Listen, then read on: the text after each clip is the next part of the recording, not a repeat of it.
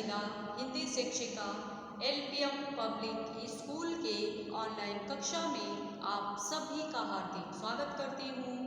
प्यारे बच्चों, आज हम सब अपनी पाठ्य पुस्तक हिंदी व्याकरण की कक्षा 9 के प्रकरण है अलंकार नामक पाठ का अध्ययन करेंगे। तो चलिए आज की कक्षा आरंभ करते हैं।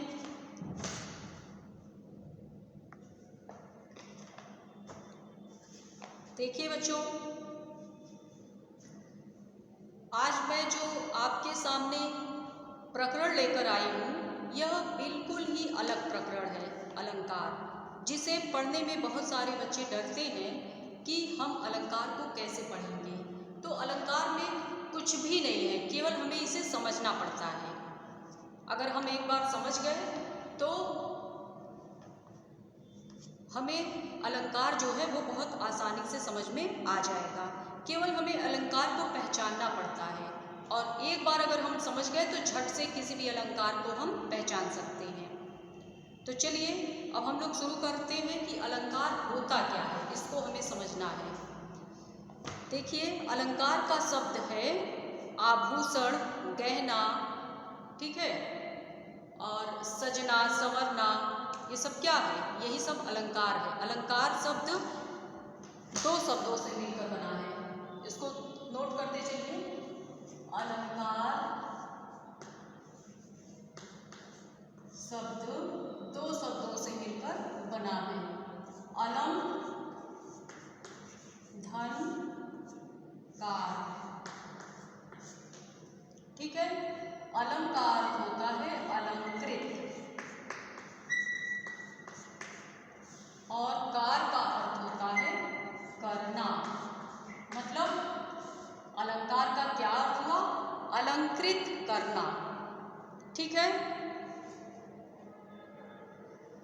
तो इस प्रकार से अलंकार का शाब्दिक अर्थ हुआ सजावट, श्रृंगार, आभूषण, गहना। और गहने को हम शुद्ध भाषा में आभूषण बोलते हैं। जहाँ पर सजावट को बढ़ा दिया जाए वहीं पर अलंकार होता है। देखिए,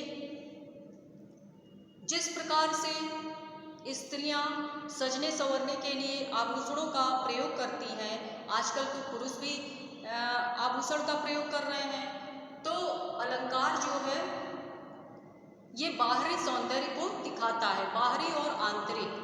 ये अभी हम लोग बाद में समझेंगे। पहले हम लोग समझ लेते हैं कि अलंकार दो शब्दों से मिलकर बना है, अलम प्लस कार। अलंकार का अर्थ होता है अलंकृत, और कार का करना, मतलब अलंकार करना, ठीक है। तो अलंकार का शाब्दिक अर्थ हुआ गहना, आभूषण, सजावट। जिस प्रकार से स्त्रियां आभूषण पहनती हैं अपने शरीर की सुंदरता को बढ़ाने के लिए, उसी प्रकार से काव्य की सुंदरता बढ़ाने वाले तत्वों को अलंकार कहते हैं, ठीक है। अगर हम कोई बात सीधे तरीके से कह देते हैं तो वो उतना अच्छा नहीं लगता, जितना कि अगर हम उसको घुमाकर कुछ उसमें नए शब्द या अर्थ के आधार पर उस बात को हम कहेंगे। तो साहित्य अलंकार शब्द का प्रयोग काव्य सौंदर्य के लिए होता है। यहाँ पर मैं गद्य साहित्य की बात नहीं कर रही हूँ, काव्य साहित्य की बात कर रही हूँ। क्योंकि गद्य साहित्य की जो विधाएं होती हैं, कविता, कहानी, नाटक, संस्मरण, यात्रा, वृतांत, आलोचना, डायरी, रेखा चित्र, बहुत सारे हैं, ठीक है। तो इसकी बात मैं नहीं कर रही, इसकी यहाँ पर काव्य की बात की जा रही है। जैसे कविता, गजल, चौपाई, दोहे, साखी, रमैनी, शबद, इसको हम लय से गाते हैं। तो जिस चीज को हम राग के साथ गाते हैं और उस काव्य को देखने से, पढ़ने से, लिखने से हमें आनंद की अनुभूति होती है, वही अलंकार कहलाता है, ठीक है बच्चों।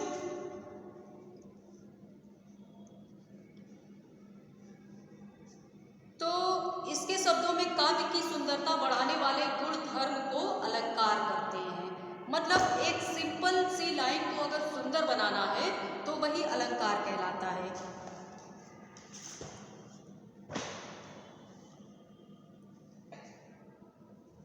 जैसे मान लीजिए तरनि तनुज पूजा तट तमाल तरुअर बहुछाए। इसको अगर हम सिंपल लाइन में कहेंगे तो उतना अच्छा नहीं लगेगा, जितना कि इस शब्द में सुंदरता को बढ़ाने के लिए हम वर्णों का प्रयोग कई बार कर रहे हैं।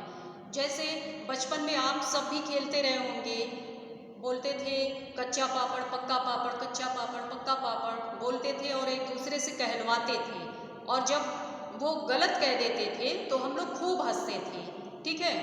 और हम लोग कहते थे चंदू के चाचा ने चंदू की चाची को चांदनी रात में चांदी की कटोरी में चांदी के चम्मच से चटनी चटाई।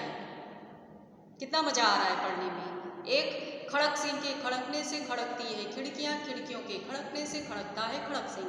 तो बचपन में ये सब हम लोग बोल चुके हैं। तो केवल हमको ये नहीं पता था, जब हम छोटे थे तो हमको ये नहीं पता था कि ये अलंकार है।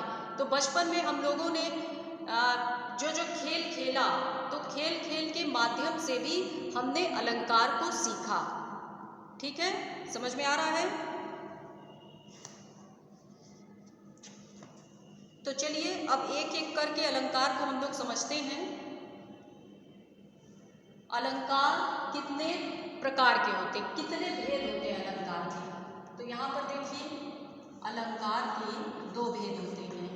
अगर पूछा जाए अलंकार के कितने भेद होते हैं, तो अलंकार के दो भेद होते हैं। कौन कौन से? पहला है आपका शब्दालंकार और दूसरा है अर्थालंकार। शब्दालंकार में क्या होता है? शब्दों के प्रयोग से काव्य की सुंदरता बढ़ाई जाती है, तो वहां पर शब्दालंकार होता है। और अर्थालंकार में अर्थ के प्रयोग से काव्य की सुंदरता बढ़ाना अर्थालंकार कहलाता है। शब्दालंकार को हम लोग बाहरी सौंदर्य भी बोलते हैं। बाहरी सौंदर्य, जिस प्रकार से हम लोग आभूषण पहनते हैं तो शरीर की सुंदरता को बढ़ाने के लिए, उसी प्रकार से ये शब्द है, ये शब्द आपको दिखाई पड़ेंगे, ये बाहरी सौंदर्य के अंतर्गत आते हैं। और अर्थालंकार को हम लोग क्या कहेंगे? आंतरिक सौंदर्य। ये सभी प्रकरण आप लोग नोट करते चलिएगा। आर्थिक सौंदर्य, ठीक है, इतना समझ में आ गया सबके। अब शब्दालंकार में शब्द के प्रयोग से काव्य की सुंदरता बढ़ाई जाती है। अब हम लोग पढ़ेंगे शब्दालंकार कितने प्रकार के होते हैं। चलिए नोट करिए शब्दालंकार के भेद। पहला हमारा है शब्दालंकार के भेद। कितने होते हैं? 3, जिसमें पहला है अनुप्रास अलंकार। पहला क्या है? अनुप्रास अलंकार। दूसरा क्या है? यमक अलंकार।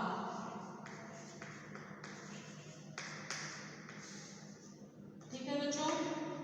और तीसरा क्या है? श्लेष अलंकार।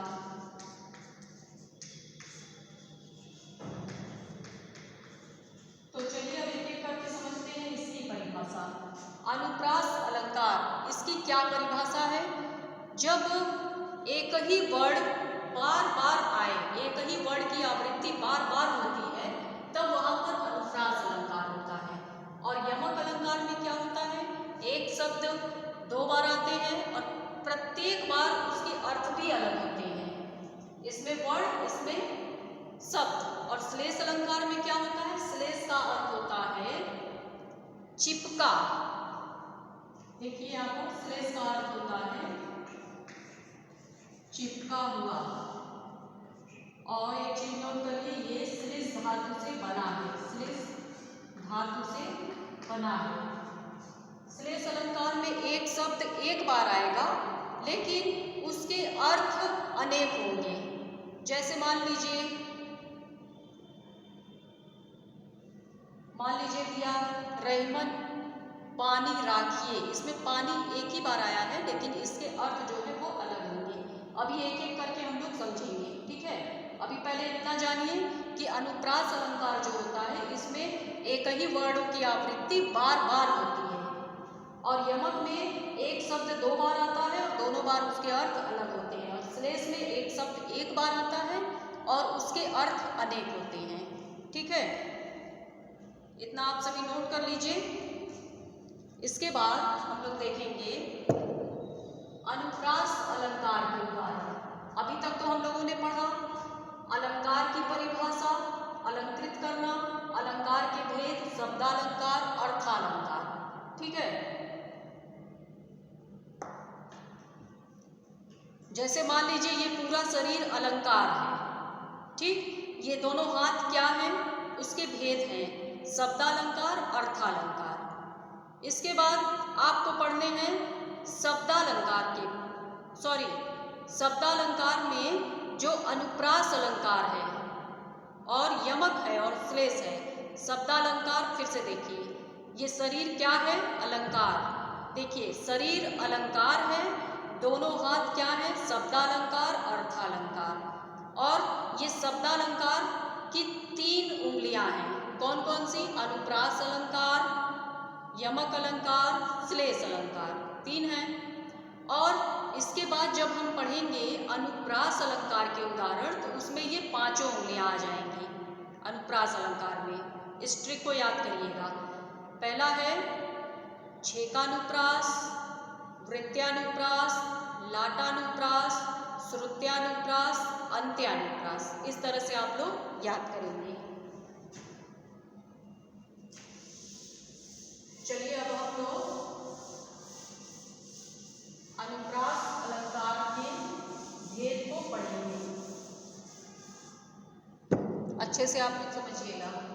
पहला हमारा है अनुप्रास अलंकार।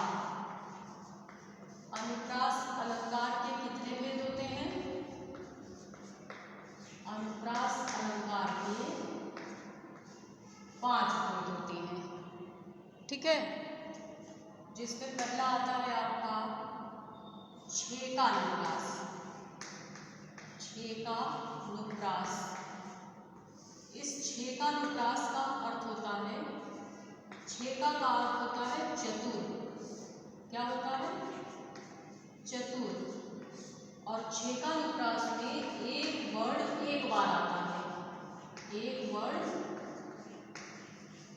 1 बार आता है। बहुत अच्छे से समझिएगा, बहुत ही आसान है, एक बार समझ में आ जाएगा तो फिर आप कभी इसको नहीं भूलेंगे। अनुप्रास अलंकार के 5 भेद हैं।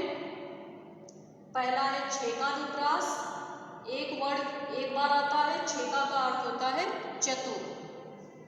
देखिए जैसे यहां पर दिए उदाहरण इसका, रहीमन, रहीला, का भला। रहीमन, रहीला, का भला, इसमें ये र है और ये र है, इसके बाद कहीं नहीं है। एक वर्ड 1 ही बार आया, इसको छेक लिया है, ये र इसको छेक लिया है, तो यही आपका क्या है, छेकानुप्रास। और वृत्त्यानुप्रास का मतलब गोलाकार, वृत्त्यानुप्रास, इसमें क्या होता है, एक वर्ड कई बार आते हैं, एक वर्ड की आवृत्ति, एक वर्ड की आवृत्ति, एक वर्ड की आवृत्ति कई बार होती है, कई बार होती है। जैसे तरनी, तनुजा, तट, तमाम।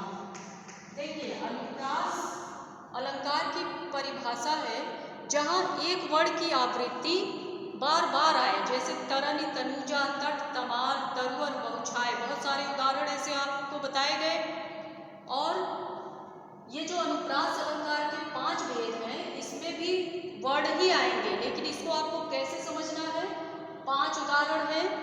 छेकानुप्रास मतलब छेकना, किसी को छेकना, एक व्यक्ति है किसी दूसरे को छेक रहा है, छेका का अर्थ होता है चतुर। इसमें छेका अनुप्रास में एक वर्ण एक बार आता है, जैसे रहीमन रहीला का भला, र और र एक ही बार आया है, इस र ने इस र को छेक लिया।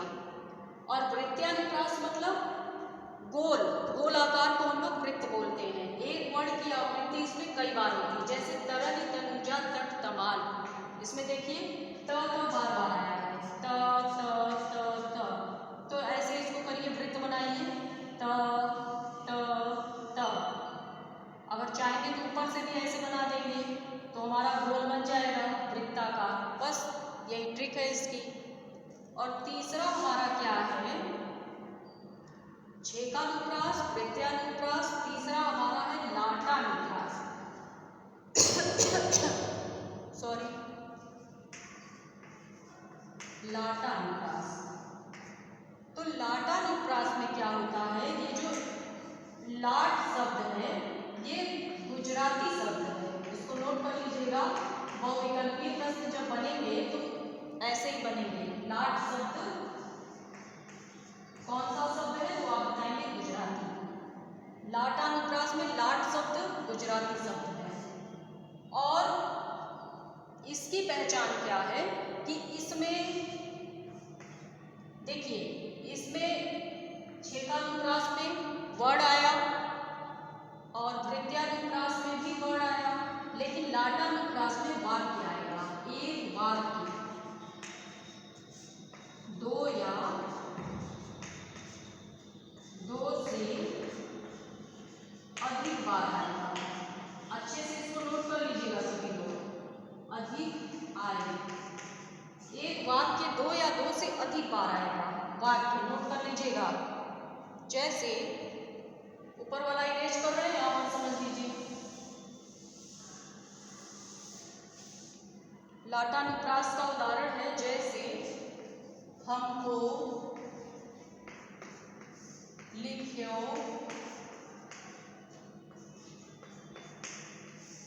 है कहाँ।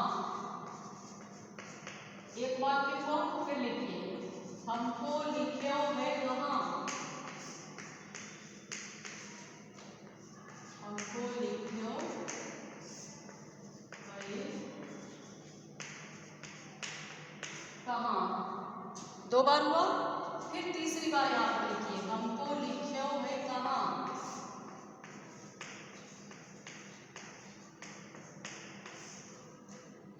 है कहाँ। तीन हुआ, एक वाक्य, दूसरा वाक्य, यहाँ पर तीसरा वाक्य। इसके बाद लिखेंगे कहन समय लगी, मतलब एक वाक्य की आवृत्ति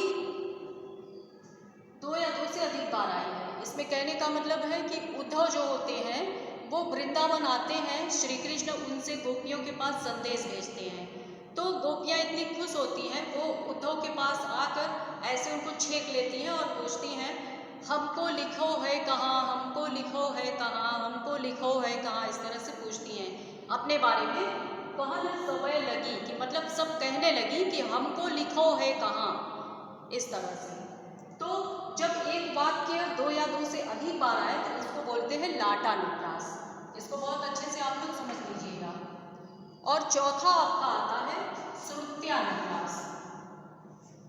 श्रुत्यानुप्रास, श्रुत्यानुप्रास का मतलब होता है सुनने में एक जैसा लगने वाला, सुनने में एक जैसा,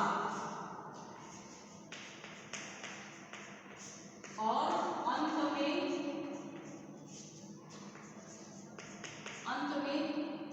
एक जैसे वर्ड, ध्यान दीजिएगा, वर्ड, एक जैसे वर्ड अंत में। श्रुत्यानुप्रास में क्या होता है, सुनने में एक जैसा लगता है और अंत में एक जैसे वर्ड आते हैं। जैसे इसका भी उदाहरण देखिए,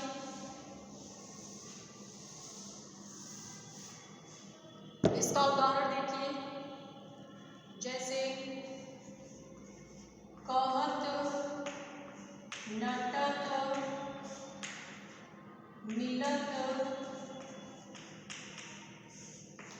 रिझत, रिझत,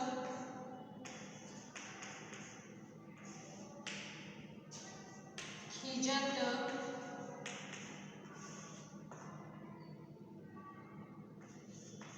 लजियात है।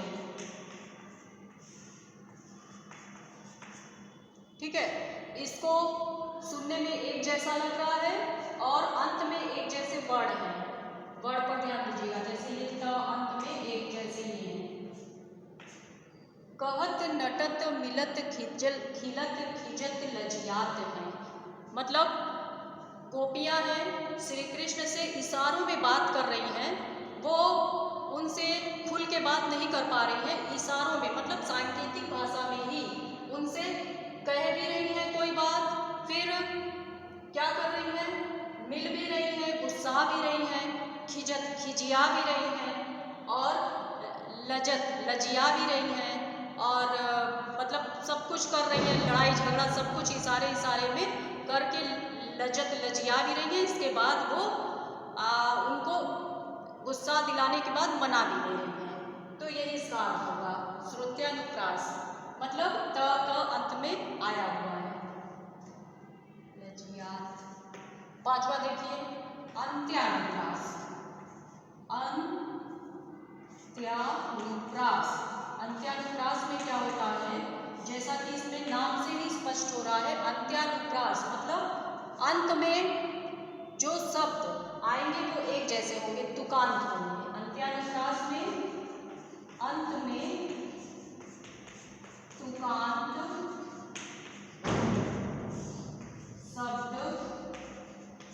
आएंगे, अंत में तुकांत शब्द आएंगे।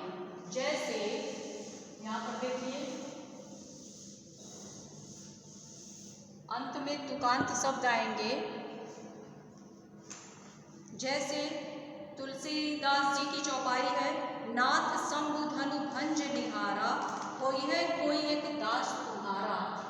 नाथ शंभु धनु भंज निहारा, भंज निहारा, कोई है कोई, कोई है कोई एक, कोई है कोई एक दास तुम्हारा, दास तुम्हारा। तो ये तुलसीदास जी की चौपाई है। इसमें देखिए अंतिम अंत में अंत्यानुप्रास मतलब अंत में तुकांत शब्द है।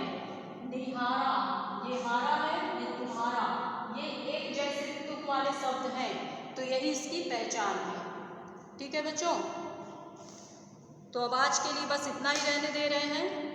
आज हम लोगों ने क्या क्या पढ़ा, अलंकार की परिभाषा, अलंकार के अर्थ, अलंकार कितने शब्दों से मिलकर बना है, अलंकार के भेद दो होते हैं और शब्दालंकार, अर्थालंकार। शब्दालंकार के तीन भेद होते हैं, अनुप्रास अलंकार, यमक अलंकार, श्लेष अलंकार और अनुप्रास अलंकार के 5 भेद होते हैं। कौन कौन से, छेकानुप्रास, वृत्यानुप्रास, लाटानुप्रास, श्रुत्यानुप्रास, अंत्यानुप्रास।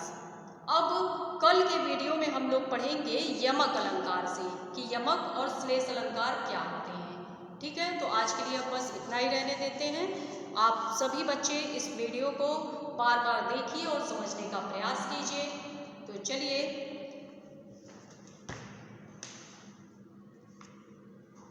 धन्यवाद।